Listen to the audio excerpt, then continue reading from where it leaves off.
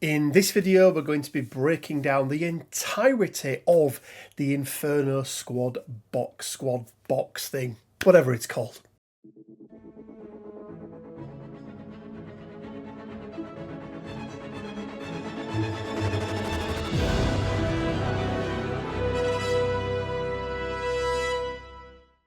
Hey guys, Rich from Richmond Gaming. Happy Star Wars week, happy Wednesday, and welcome to this another Star Wars video. And this one is going to be a Star Wars Shatterpoint video.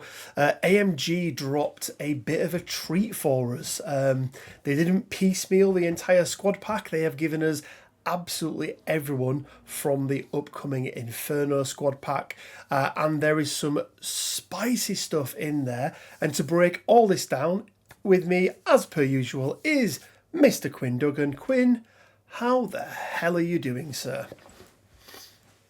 I'm looking very forward to this squad box thing. Squad box thing. I couldn't remember what they called them because they're squad packs, right? So it'd be like XYZ squad pack, but this is Inferno squad. Inferno squad pack.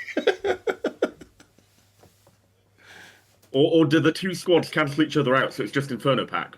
Inferno pack, yeah. Or just pack. Yeah. But yeah, Inferno squad. Quinn, you said the other week you've been playing a lot of Empire. You were a little bit already fed up of Gideon, and we're really looking forward to some new, at least some new primaries. But obviously, with this box, we get a couple of other characters in there as well. It's another 4-unit squad pack, isn't it? Where we get an extra unit in there. Usually, you only get the 3, and you've actually just finished playing a game with Phil, where Phil was playing with the Inferno squad. You were taking the Bad Batch. Okay then, Quinn, so let's take a look at the primary in this box, Miss Iden Versio. I always forget the name of her little droid that she's got with her. I think it's on the card anyway, isn't it? But ID10? ID10, I think, maybe, yeah. 8-3, we were just sort of speaking about this, weren't we? That is the baseline for primaries. So it's kind of what we expect. And she is Commander Iden Versio, and then obviously Iden Versio. But let's take a look at her card. So she's a 9-3 Quinn, which again feels about standard for most things out there. Sometimes you maybe get an extra 1. 9's probably a little bit on the low side, right? For an 8-3, no, I don't think so. I think it's about average. I don't know. Maybe I'm spoiled by Jedi, but like Plo and Obi are both 10. Grievous is a 12. Yeah, he'd be a droid, right? Not a cyborg. He'd be a droid. No, he's a droid, but not a battle droid, not a cyborg. No. Doesn't do battle, no. But starting off then, Quinn, she does have a tactic. Today, the rebellion dies. At the start of this unit's activation, each other allied Galactic Empire Scout character within range 4 that is not engaged may dash. Then one character in this unit may dash. So it's a little bit like what Kalani brings, but you get a little bit extra in that she can also move. But if they're engaged, they can't move. So yeah, it's a little bit of give and take, but as an opening play, it's pretty nice, right? Especially when we'll get on to some of the other things that the other characters do. But it's a hell of a lot of movement if you can pull her turn 1. I feel like she is prime Shatterpoint candidate if you are playing Iden Versio, right? I think you're gonna struggle to choose. I can definitely see it. So yeah, I do really like that. She's got a couple of active abilities. First one is going to be Covert Operations. It's going to cost 1 force. Each character in this unit may dash if one or more characters ends this movement within 4 of an enemy character. This unit immediately makes a focus action, and characters in this unit have Sharpshooter 1 until the end of the turn. So again, Quinn, we've seen things like this before. It's a because you've got to be within range 4. It's not as guaranteed as some of the other ones. I'm thinking about people like Crosshair and some of the other ones. Is it Run and Gun? I think Run and that gun some of on the other Wolf ones Pack, have yeah. as well. But it's still nice. It's really really nice action economy. The fact that she's going to be able to move off her tactic, then she's going to be able to potentially move off covert operations, and then make a move or a hunker or whatever else, and she's still going to get the 2 extra dice, one from the focus and one from sharpshooter. Feels pretty good actually. I do like that. We've then got ID10 Seeker Droid. So you were right, Quinn, it is ID10. Again, costing 1. Choose an enemy unit within range 3. The chosen unit removes all its hunker tokens. If no hunker tokens were removed, the chosen unit gains exposed. I do like this. We've seen a few abilities, Quinn. I think from the Bad Batch in particular, where you remove all hunker tokens. And I like that this does that, but actually, if they don't have hunker tokens, then they get to just give them an expose as well. And, 1 force for an expose that she can dish out herself, especially in combination with covert operations and things like that, I think is pretty good. It's AMG showing even more middle fingers to the Republic. Always good. Love it. Well, these are like the Elite Republic, aren't they? These are the Galactic Empire rather than the Galactic Republic. It's the evolution. It's not, though, because they get conscripted soldiers that have not been trained since birth, but no, stormtroopers are better than clones. And then we have her identity, Quinn. The Empire sends its regards. When an allied Galactic Empire character wounds an enemy unit with an attack after the effect is resolved, that allied character may choose another enemy unit within range 4.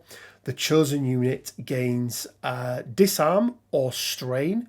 Then the allied character may recover and dash.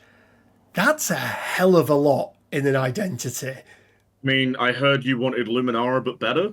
I mean, yeah. Yeah, okay. Oh, and it's on an actual, primary that can go and do stuff as well, because, why not?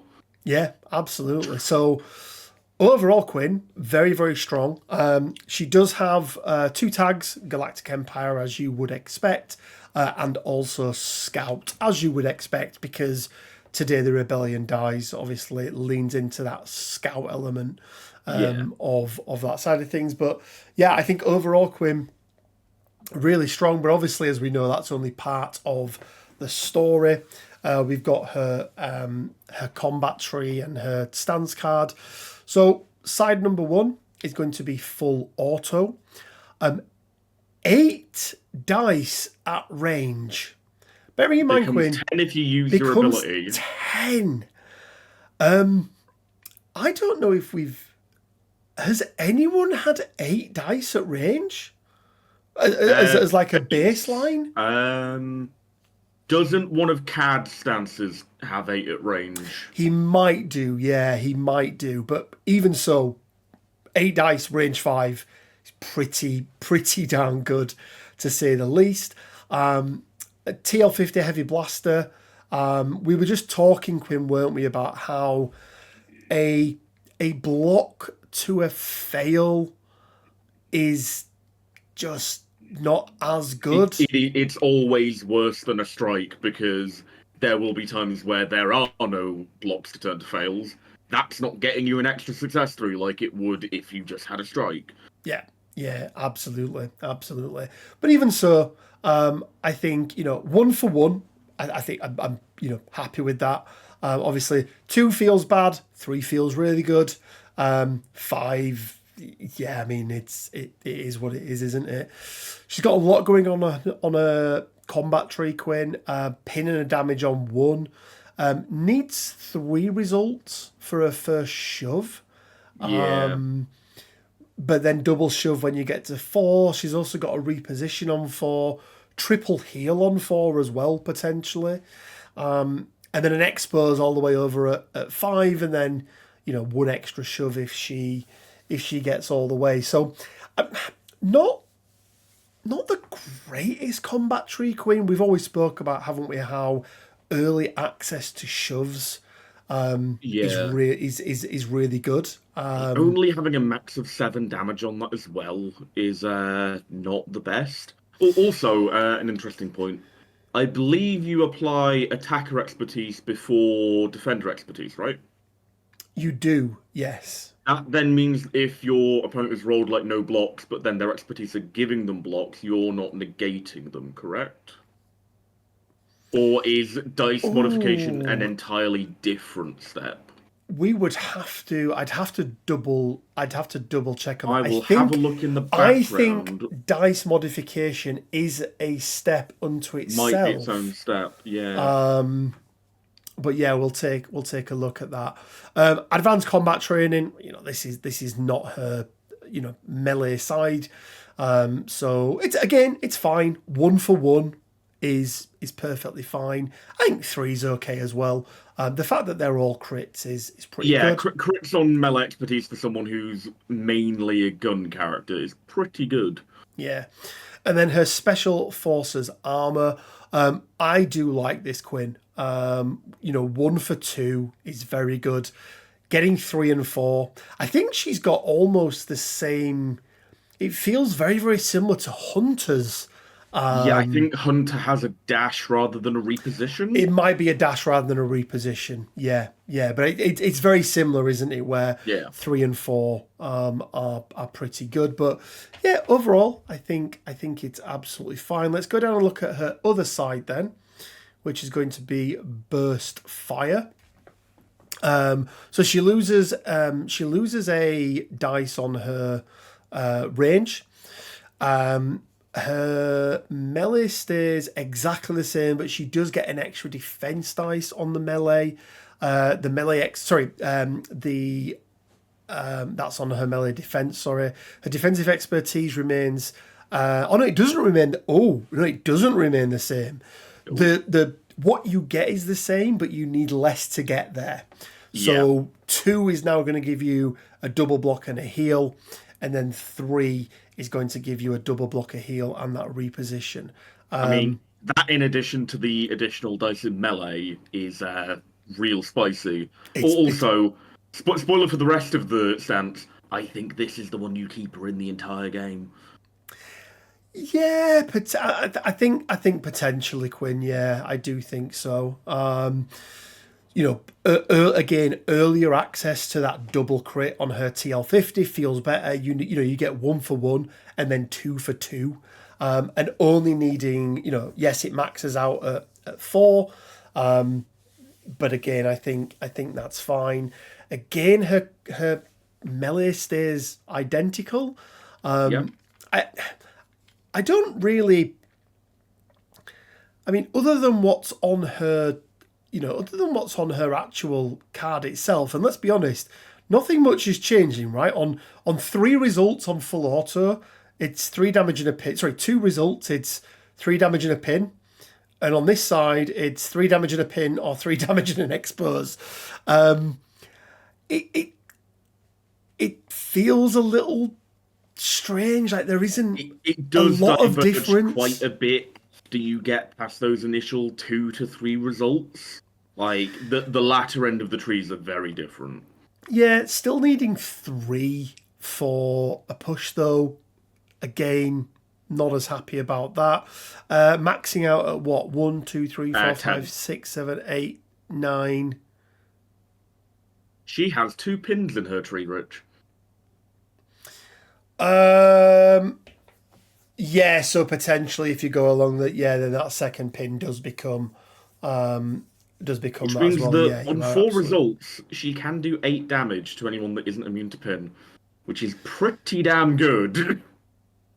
Actually, yeah. I mean, from what is effectively going to be a 9 dice shot at range 5, especially when we factor in another character in this article, the odds of that are pretty good, and 8 damage is enough to kill most supports and probably half the secondaries in the game. Yeah. Yeah, it's not bad, is it? It's not bad at range 5 as well.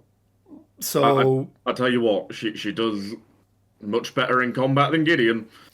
she does do much better in combat than Gideon, yeah. So, but yeah, let's just scroll back up to her card then, Quinn. So, overall thoughts on her as? I've been very hopeful for her since we saw her at Adepticon. Because, as I said, I've been playing a lot of Empire. Not the biggest fan of Moff Gideon. Yeah. Now having these two stances in front of me, especially with how good burst fire is, with that 8 damage on 4, it's going to be very difficult for me to not run her over Gideon. I think there are examples where, and situations where you would, mainly because Gideon has grown on me a bit since my rant. But, still, she's very, very good. Yeah, she's very good indeed. I think she's going to be very strong. We spoke before, didn't we? How I was asking you the question, do we think Empire are going to kind of move to the top of the tree, if you like? And I think, it's hard until we see some real rebels, Han, Chewie, other such people. But right now, Galactic Empire are looking like they're in a very, very good spot. And they're going to have a lot of options as well, which is always nice, and lots of options that are not the same character multiple times, right? In Rebels we're already seeing, right, we've had one version of Luke. You probably we've had Return of the Jedi, actual Jedi Luke. You can expect that at some point you might get Farm Boy Luke. Either Farm Boy or Stormtrooper disguise, maybe. Yeah. We've already got 2 R2s. We've already got 2 R2s. We've already got 2 layers. Yeah. So there's fewer, and this is the problem with the Rebels, right? At least we're talking about sort of the movie Rebels here. Yeah, we're not talking about we've got Saw Gerrera, the biggest Chad in Star Wars. And we've got the Ghost Squad coming as well, right? That's going to be a big boost to them. Yeah. But there's lots of unique characters, isn't there, in the Galactic Empire? Yeah, I mean, also I think Rebels might run into an issue with regard to supports as well, because are they just going to end up with a lot of named character supports? Yeah, There's not too many actual regiments or anything in the rebellion, is there? I mean, what have we got? You've got Rebel Commandos, haven't we? Commandos. So far? I could see Fleet Troopers from the Tantive. Fleet Troopers make sense. Yeah, and that maybe Echo Base, but that's only 4, and I can't see much more beyond that. Yeah, I'm trying to think if there is. Don't they have the? What are they called? If I remember it all. Oh, you mean the Pathfinders from Rogue One? There we go. Yeah. So there's those as well. But yeah, there's less of a selection to choose from. But maybe that's why they're going down the Ghost route as well. Also, before we move on from Iden, I did some research.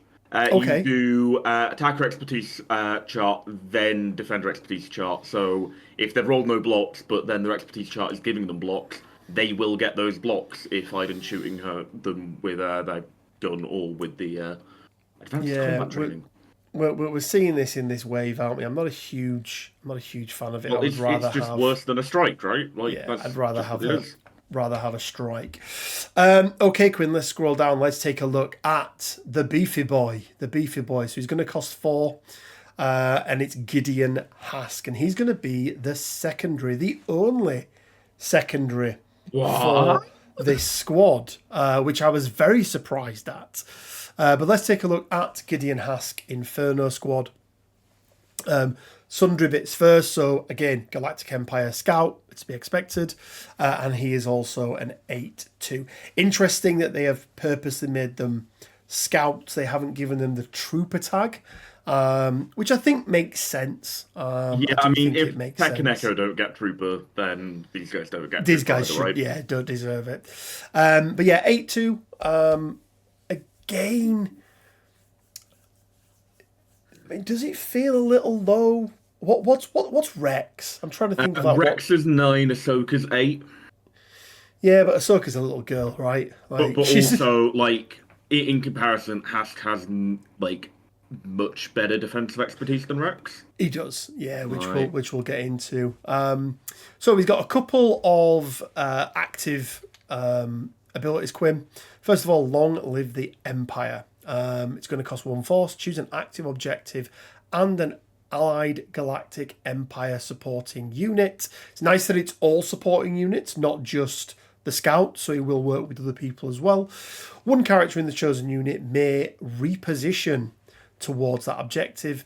Then the chosen unit suffers 2 damage.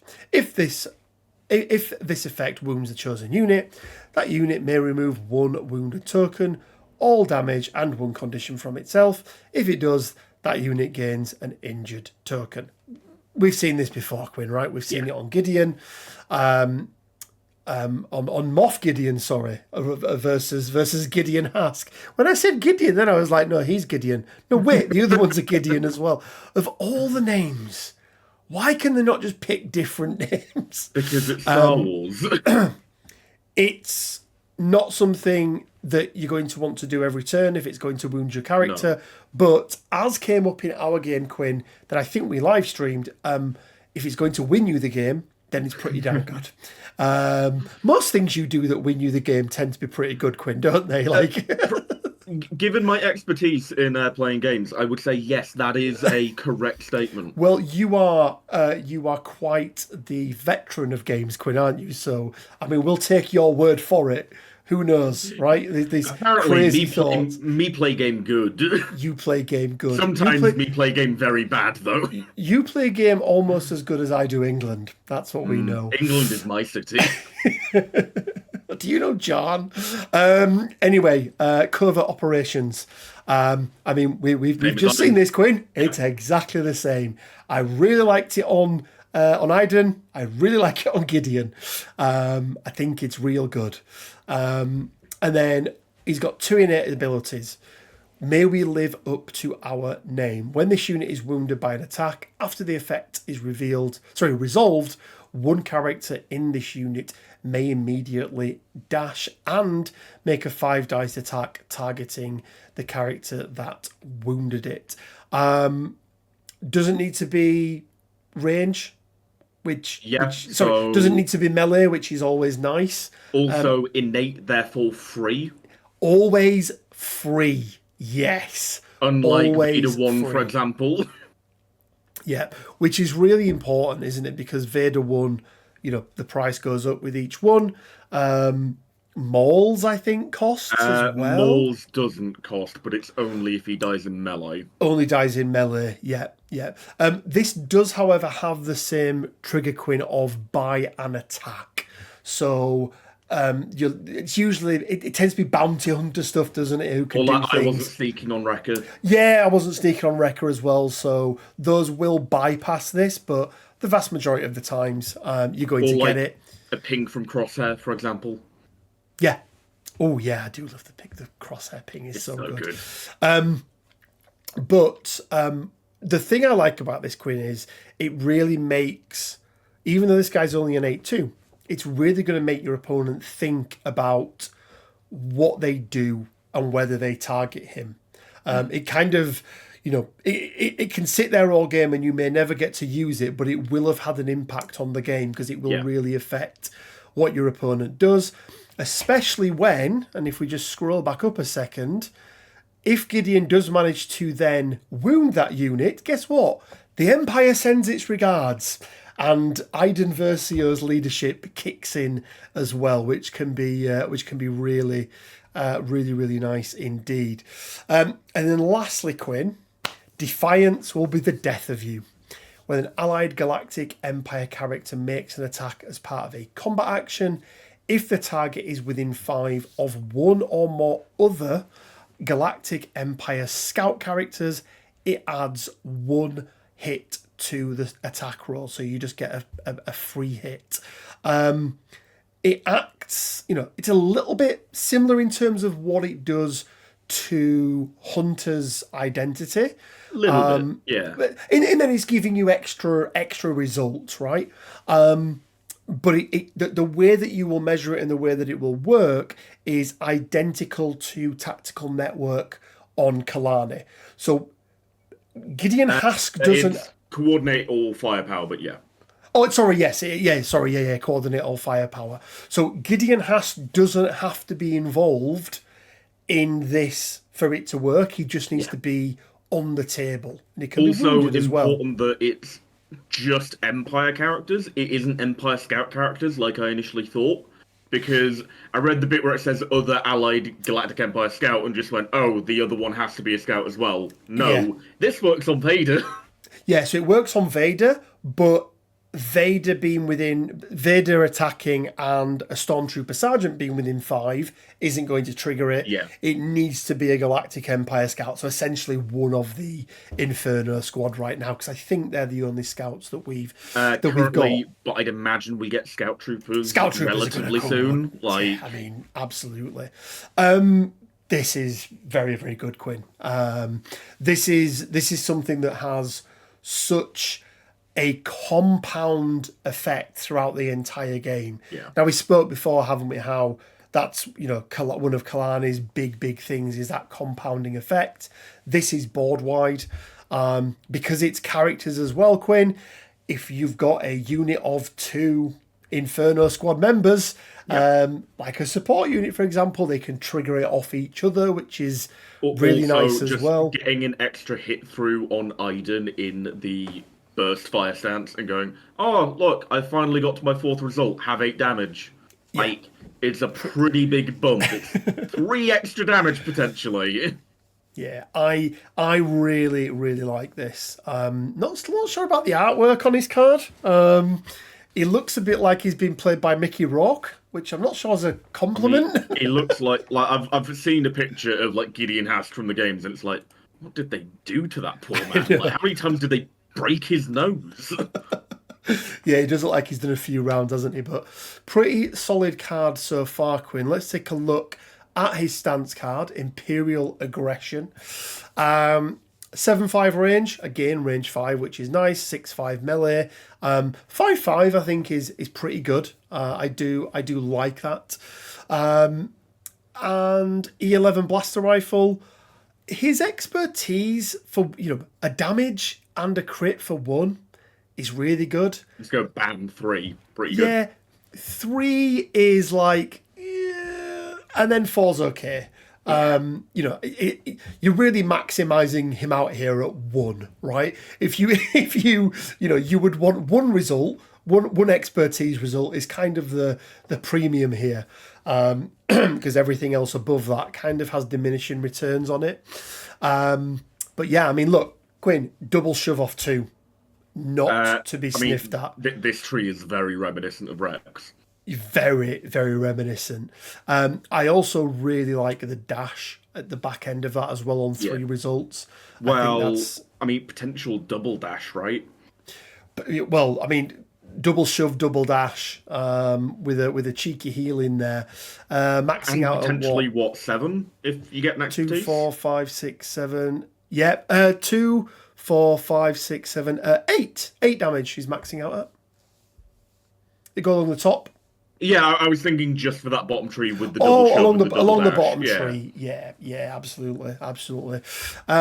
Again, he's got this block to fail thing that's going on. I'm not convinced by it, Quinn, if I'm being brutally honest. But it's there. You'd rather have that than just the crit, right? I mean, it's better than the crit by itself. I guess. but yeah, and then he's got that special forces armor. Again, 1 and 2 feels very good. So does 4. Also potentially very good, especially if someone like pins you and you go, heal it, reposition. Heal it and then reposition, yeah, which is really nice. So yeah, Quinn, I think once again, kind of the secondary character almost taking on a bit of the support role for the squad as well, which is what we kind of see a lot. Like, I know they're called support units, but the actual, support mechanics tends to come from the secondaries, and this is another example. But primaries tend to be big showstopper, do lots of damage. Then your secondaries, a little bit like that, but they are more buff centric, right?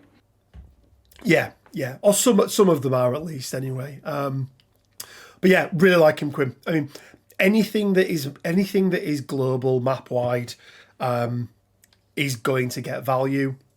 And the fact that this is innate, and the fact that it's just pretty much always on, and the It's fact not like that a thing that you have to be within 3 of him to trigger as well. Is exactly, he doesn't even need to be involved in it. It just, his presence alone inspires them enough to be able to get that extra result through. Okay, Quinn, let's move on then to the first of our 2 supports, and this one did catch me off guard a little bit. I really thought that Del Miko was going to be a second choice secondary. I think most people just kind of assume that's what it was going to be, really. Right. But anyway, he is a supporting unit. So let's take a quick look at his card. Again, sundry stuff. He is Galactic Empire Scout, as you would expect. He is an 8-2, I think, kind of as we would expect. But Del Miko Inferno squad. He's got Trick Shot, Quinn. He's got Crosshair's Trick Shot. So choose any enemy character or any enemy unit that are not engaged. At the start of this unit's activation, he can't be engaged. He's never going to be engaged. Like, if he's engaged, you've done something wrong. If he's engaged, he's probably dead. He's probably dying, yes. Important as well to note, Quinn, you can be engaged with a wounded character. That's really important to note, isn't it? So whenever you see the word just engaged by itself, that means at any time being within range 2 of an enemy, whether they're down or not. But you choose an enemy within in line of sight, and then they take a damage and remove all their hunker. It's just so good. Like, it's just so good. You've whiffed something, and rather than having to use an entire attack action on taking that person out, because it bypasses all defense dice, it bypasses all protection and everything like that. Just a ping. There we go. Sayonara. And just chip damage, right? Most support units in this game are going to have 8 health, so 1/8 of their health. And must be nice.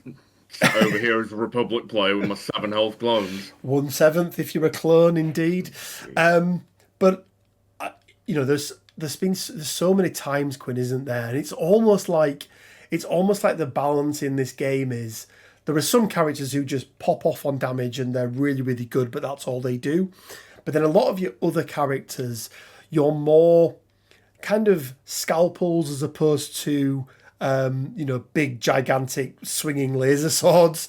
Sledgehammer, yeah. Your Luminaras and a couple of others where they've got a really lot of good stuff, but they struggle in the damage output department. They are often, even if they get to the end of their tree, they're a damage away from being able to do what it is they want to do.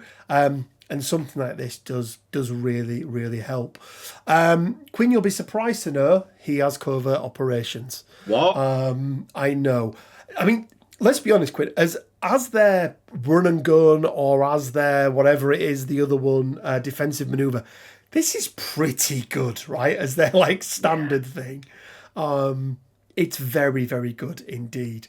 He also, Quinn, has Deadeye. He has Sharpshooter too. So from covert operations, he is going to be rolling 4 extra dice, because he'll get 1 from the focus, 1 from the sharpshooter 1, and anything in brackets, like it says at the end of the sharpshooter, that does actually stack. So you can stack those 2 together. So he will end up with 4 extra dice from his sharpshooter, 3 in total, and then the 1, which is pretty crazy, Quinn. It's a lot of dice. It's a Yes. hell of a lot of dice. And they don't benefit from cover, which makes sense. He's a Special Forces Sniper, Quinn. This unit may make a combat action up to 2 times during its activation instead of the normal one. That's real good. Yeah. I tell you what I like about this Quinn, and a lot of people will be like, well, he's a named character, but he's only a support unit. Why is he getting this? Yada, yada, yada. They do a number of different things in this game, or at least I feel, to mitigate the fact that a single character is a supporting unit. Because when you've only got the single character in that squad, you are losing quite a lot of scoring potential in the game. Now, we've seen examples in, I think we first saw it from the Inquisitors, where they count or they break ties. So they're essentially counting as 2 for not in all situations, but in a lot of situations, they're breaking those ties. And there's some weird things where that works, where even if they're not at the same with elevation and things like that. So that is what this is for, Quinn, isn't it? This is to make up for the fact that you're not getting to essentially double tap the same or 2 different targets with him. So you get to do it, right? You can use both of your actions to make an attack. Which, we don't know if it's any good or not yet, Quinn, because he might have a really rubbish combat. Yeah, I've definitely not read his combat tree or anything, Well, let's go down and take a look at it. So it is suppressive fire. Yes, he's only rolling 6 dice, but it's 10. Well, it's 10 then 6, right? Or 6 then 10. It is going to be 6 then 10 or 10 then 6. So 6'5" in range, 6'4" in melee. DLT 19X targeting blaster. So he's choosing to use his blaster, Quinn, as opposed to his sniper rifle. I think the blaster is the rifle. Oh, okay. It's a targeting blaster, right? I assume that's just it has a scope on it. Maybe. This is interesting. A shove on 1 is... also a shove on 2. Ooh. It feels bad. I'm not going to lie, Quinn. It feels really bad. I guess there can be situations where it just goes, shoot you, shove you, shoot you, shove you. I've claimed 2 points because I've broken ties or something, but still. Ugh. Yeah, it's not great, is it? It's really, really not great. And even on 5, 2 crits and a shove. If he's getting 5 expertise, he kind of has to be rolling those 10 dice. If 5 of those, if half your dice end up being expertise and all you get out of it is 2 crits and a shove, you're not particularly happy about it. No, not at all. Maxing out damage-wise, Quinn, at 6. Yeah. Which... That's not even enough to kill a clone. It's not enough to kill a clone. And then I think you've got a real big decision to make with him if you are intending on making that second attack. Are you going down the route of, okay, getting the 5 damage and then the disarm for the follow-up? Or do you go all the way along the bottom and get all of the extra stuff as well and things that he has? So it just feels... He's got a lot on there. He's got every condition. He obviously can't dish them all out at once. Actually, that second attack, Quinn, has significantly more damage output. Well, it's supposed to 2. Which is a lot more. When you're only doing 6, 2 extra is quite... I guess 8 is enough to kill a clone, so it is a massive improvement. So yeah, look, it's... I haven't played a game with him yet, Quinn. It's difficult to say... I think he's a very awkward include given who he's up against in this box, right? I agree. Do you know what he feels like a bit to me, Quinn? IG-88. Okay, where they have and obviously the way that he accesses his additional attacks of things are very different, but ultimately they both get to make 2 attacks, right? That's how it works. Yeah. And it feels like they have over or undercompensated that, or maybe overcompensated for it by giving him a not great combat tree. That expertise is brutal, man. Like, that for me should be a crit and a push, 2 crits and a push, 3 crits and a push. I think you'd be going a bit overboard with that. I think you just go first, section is crit, then you keep the rest of it the same. And then you get the crit, before he gains the shove. Yeah, even so, like you say, half your dice for 2. It's still not great, but But, yeah, so, yeah, overall, Quinn, when I first read his card, I was like, I'm going to love this guy. Less so. Really good defense. We've also been spoiled by having Crosshair recently as well, right? Crosshair's just so good. He is my boy. Like, people have asked me, oh, well, why don't you just not take Crosshair? Quiet, you! Shut your goddamn mouth! Filthy mouth. The worst thing is, he's still not the best secondary in his box. It's not. It's really not. Stupid. The bar for that box is so high. But yeah, look, I mean, again, really good defense, Quinn. I will say that about him. Like, he's getting 5 at range, and again, that special forces armor. People underestimate that heal. It's so good. I wish clones had something similar, but no. Clone armor. Crimea River, bad batch of clones. They have really good. Count. They have real good defensive tech. They don't count. Okay, Quinn, let's look at the last group then, and it is going to be the Imperial Special Forces. I always think they're a bit dwarpy looking, these guys. It's like, I don't know. Also, I don't think the art reflects the models, does it? Aren't the ones in the box both dudes? They are both dudes, yeah. They are both dudes. Again, not the most dynamic of poses, but we are walking forward. Ooh, we're it is what it is. But again, they're going to be a 4 cost, which I think makes perfect sense. Again, Galactic Empire Scout and 8-2. So there you go. Special Forces training, Quinn. They have got a tactic. At the start of this unit activation, it may remove 1 damage and 1 condition from itself. This is so good. It's so good. Like, just for the survivability of these units and the fact that then you get to do the things you want to do. We know that a lot of what the Galactic Empire are doing when they're moving characters around, they are forcing them to take damage and things like that to be able to do it. So the fact that they get to get rid of some of that damage is really nice. Quinn, they've got covert operations. What? I know. It's such a good active ability. So good. And then lastly, Quinn, infiltration.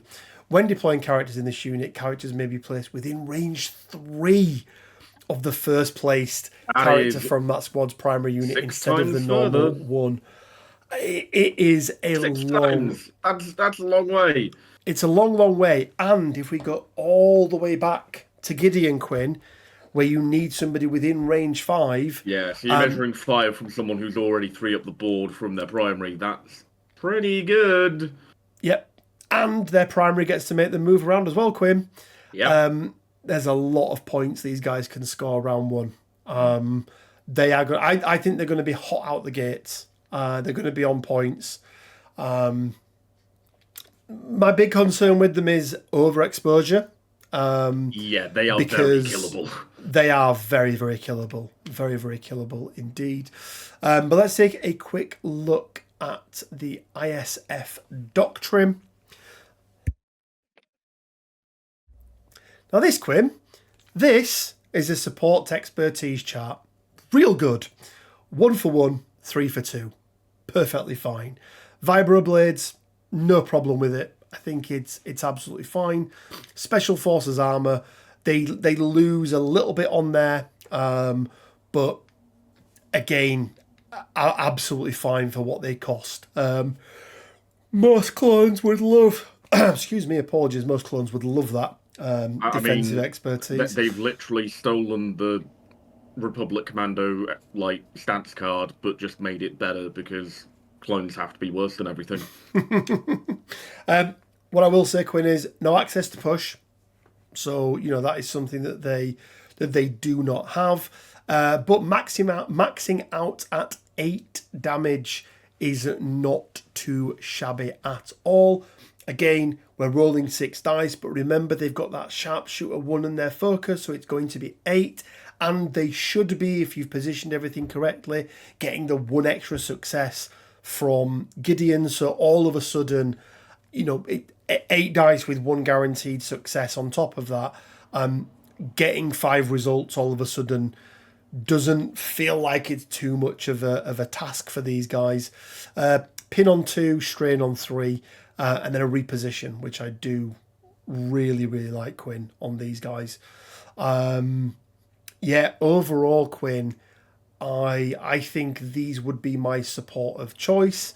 And unlike the Bad Batch, I can't see me looking to try and fit that 4th Inferno squad member in my strike team. Not when Dark Troopers exist, right? Yeah, exactly. So I think, it does. I just think he doesn't really have a place. Poor old Bel Miko might be getting left in the box. I mean, he'll get painted up, but I mean, will he see a table? I say that with 1, 2, 3, 4, 5, 6 Shatterpoint boxes on my shelves that are still in the cellophane. So maybe he doesn't get painted up, but these guys are my support of choice, Quinn, for them. 2 attacks, great, but when those 2 attacks can't do as much as these 2 attacks. And also, those 2 attacks are costing you 2 actions, and you have way less board presence, and you don't really have anything to mitigate that. It's the board presence for me is the big one. If he had the broke ties thing, I think he'd be a lot more viable. Yeah. I still don't think I'm taking him over the Special Forces. If either he had that or his second shot with Special Forces Sniper was free, then he's in contention. So not as an action, you mean? Yeah, so he does a shot, he gets another shot immediately after. But he is and it's that weird thing, isn't it? Is that if we go back up to his card for a second, and again, this is why it really annoys me a little bit with some of the wording on this. So covert operations, Quinn. Each character in this unit may dash. If 1 or more characters end this movement within range 4 of an enemy character, this unit immediately makes a focus action. So focus action, Quinn, you get 1 additional die on the next attack you make, whether it's an attack action or any other sort of attack, it's what kicks in. And it is the prerequisite to impact and sharpshooter. To make sharpshooter work, you need to have taken a focus, or you need to have an active focus. Same with impact. But then characters in this unit have sharpshooter 1 until the end of the turn. That second attack he makes isn't going to benefit from sharpshooter 1, is it? Because he doesn't have a focus that he's using. Or does the focus carry? I know the extra dice doesn't carry over. I'm going to have to go look at the rules for sharpshooter. I'm fairly certain he doesn't get extra dice. That's what I'm thinking. But until the end of the turn, almost implies that he would get it. So I'm intrigued. Because sharpshooter is an ability that works off the back of a focus. He just has that ability until the end of the round. It's not necessarily He has this extra dice. Yeah. When this character makes a focus action, it adds X additional dice to its next ranged attack in addition to the 1 die given by the foe. So it's the next attack. So why have until the end of the turn in there? It just seems crazy to me. Because there is potential that a different ability that doesn't give a focus but does give sharpshooter. It's not you just have sharpshooter then like lose it.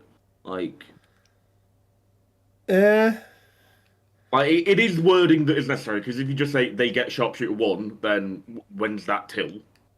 Yeah. Do they just get it eternally? Like, is that just a straight upgrade to their card, or does it wear off? Yeah, maybe. Yeah, maybe.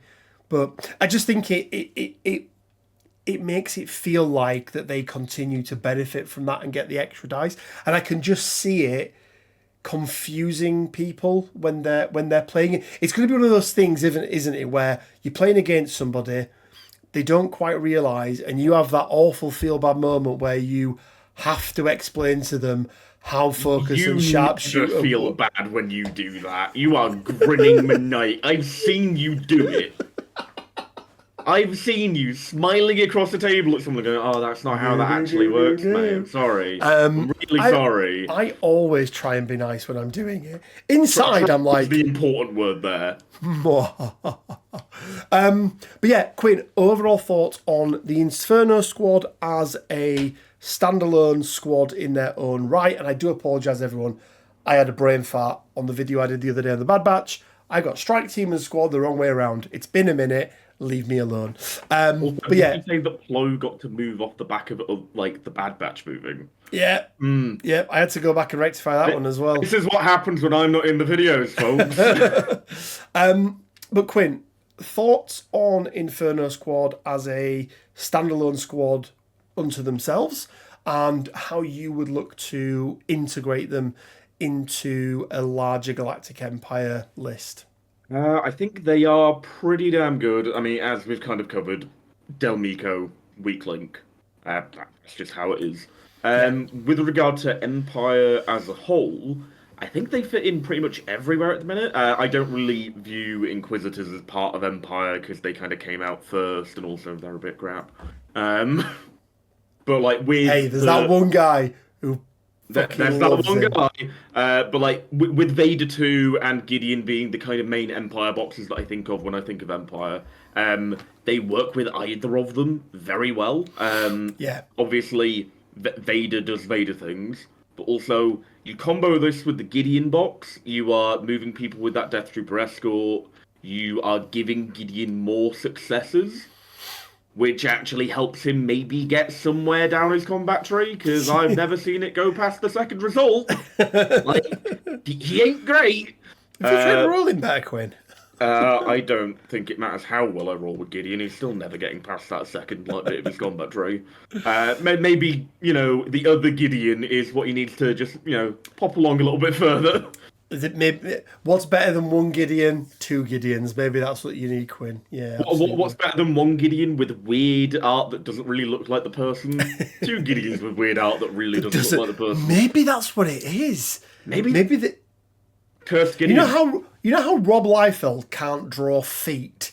Maybe somebody at AMG just can't draw Gideons. Oh, what? Chris Bure? Is it Chris Bure's that did the? I need to know now. I need to scroll down and have a look. That did Gideon. He did one Gideon. Did he do two Gideon? If it's the same. What's the plural of Gideon? Giddy-eye? Giddy-eye, right? Gideons sounds wrong. Because Gideons is going to be... It's under the ownership of them, right? So Giddy-eye. I would. It was William Liu who did Eddie Murphy, so maybe it's just a global thing. Maybe that's it. Maybe we should try like drawing someone called Gideon and seeing how close we get to it. But yeah, I agree, Quinn. I think it puts them in a really, really good spot. I think it gives them, especially when you're going into. What's the word? Premier events, where you need to take, the full 4 squads. I think it gives you a very, very solid option to maybe even build around. I mean, I think that fourth Empire squad is looking pretty dire, but yeah. It is for the moment, but Thrawn's on his way, so have no On fear. his way. With some ISB agents and the filthy, dirty traitor that is Callus. I mean, if you're gonna go have a go at Callus for being a traitor, have a go at fucking Iden and Del Miko. To be fair, Iden Versio as well was a dirty traitor, not faithful to the Empire. Apparently, Gideon became part of the First Order, which is a thing. Yeah, because everybody cares about that. It would be cool to get a couple sequels boxes. Give me a Kylo Ren and like a Phasma. Be cool. I know, but if you get a Kylo Ren and a Phasma, you have to have Rey. I don't dislike Rey. I think it I would mean, have been she better didn't if they even kept... have a training montage before she It would learned. be better if she kept as a Palpatine rather than a Skywalker, though. At least Rocky had a training montage in his film. She just went from. They literally have a flashback to her doing a training montage I with know, Leia. but it's not a good training montage. Oh, okay, that doesn't nullify the fact that it was a training montage, worst which is the thing point is, you were making. The new films, do you know what they bring, Quinn? They bring another version of Chewie, another version of Han, old woman Leia, Superwoman Leia, sorry, and old man hologram Luke. Well, that's because Disney are afraid of change. I think if they'd actually gone, right, we've got John Boyega, Daisy Ridley, Oscar Isaac's here. They're all pretty good at acting. Let's make them actually do something. Oh, wow, could have had something great. They do acting pretty good, don't they? They do do acting pretty good. In other things. In other things, yeah. Yeah. I mean, let's be honest. Oscar Isaac is just in everything at the moment. Yeah. I was working this out the other day. So he's done X-Men, because he played Apocalypse. Yep. He's Moon Knight. Yep. Obviously, Star Wars. And there was another big franchise that he'd been in. I can't remember. Duke Leto Atreides. Oh, he's Duke Leto Atreides in June. So, like, that's four pretty big. And I'm separating X-Men and MCU as being two separate franchises because they were at the time. Were they at the time? I think definitely they owned Fox by the time Moon Knight came out. They did, but there was no connection between the X-Men movies that he was in and the MCU. I think there will be after Deadpool, but I think there still isn't. But either way, the guy's everywhere. Anyway, we digress. Inferno Squad, Quinn, I'm really happy with them. I'd have liked to have seen them do something. And this is my only gripe. With them. I'd have liked to have seen them do something different with ID10. I think it was a really good opportunity to have it be something else that could go and do something. I don't know. I just think it's only a little droid. Like, what can it really do? Maybe you could deploy it and it held the back point or something like that. I don't know. I mean, a primary that's two models for the purposes of points is pretty good. The only character that does that is Gideon, and Gideon makes up for it by being terrible in most other aspects. That is fair. But that's my only gripe. I'd like to have done something more than just, C. I suppose Seeker droid, that's what it is, I suppose. But yeah there we go. But yeah, guys, let us know what you think down in the comment section below. Are you excited for the Inferno Squad? Could you not care less? For me, I've never been a huge Battlefront fan, Quinn, but I like these guys. I mean, you mean new Battlefront, right? Because old Battlefront is where it's at. Oh, I loved old Battlefront. Original Battlefront 1 and 2 were amazing. Yeah. And I don't mean I mean like the original ones that came out when I was younger. And I'll say it again, Quinn, it always gives me hope. And it's the hope that kills us, because if they've released one set of characters from a game, they can release another set of characters from a game. Castus. Well, not only Cal, Quinn, it brings us some more Inquisitors. I want Merrin. It could do a lot, right? That could do a lot.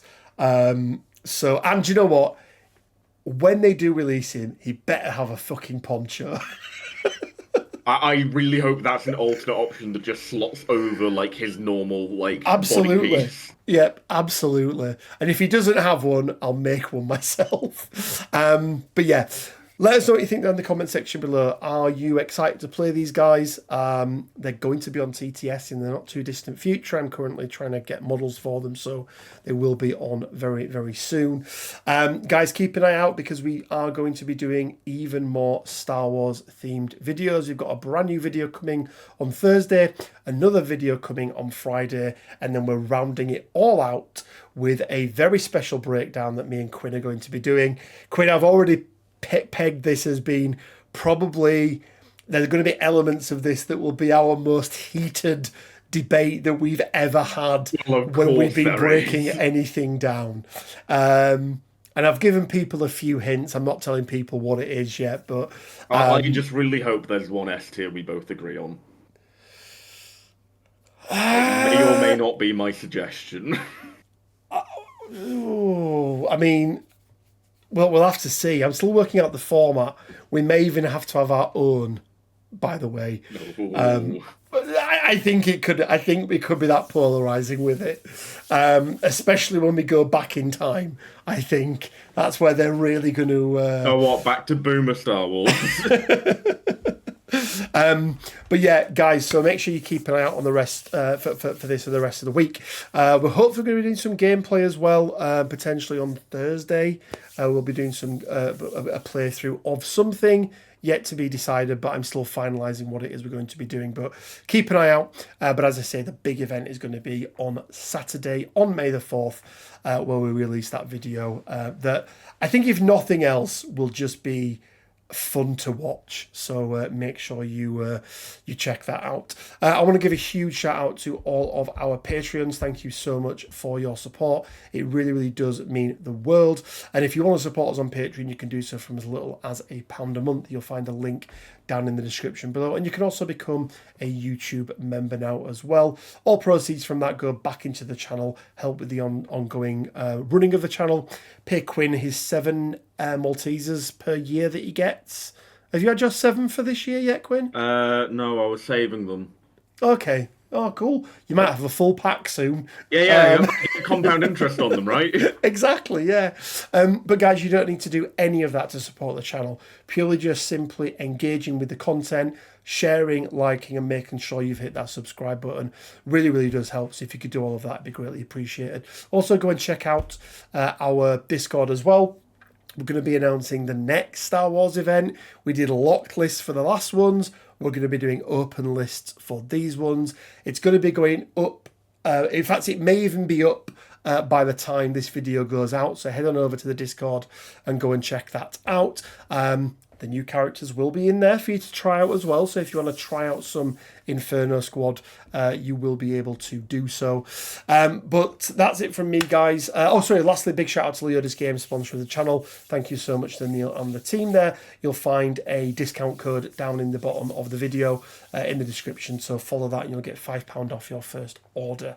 Guys, we're going to leave it there. Thank you so much for your time. Hope you really enjoyed the video. And as always, it leaves me just enough time to say stay well, keep safe, and until next time, may the Force be with you. The Empire sends its regards.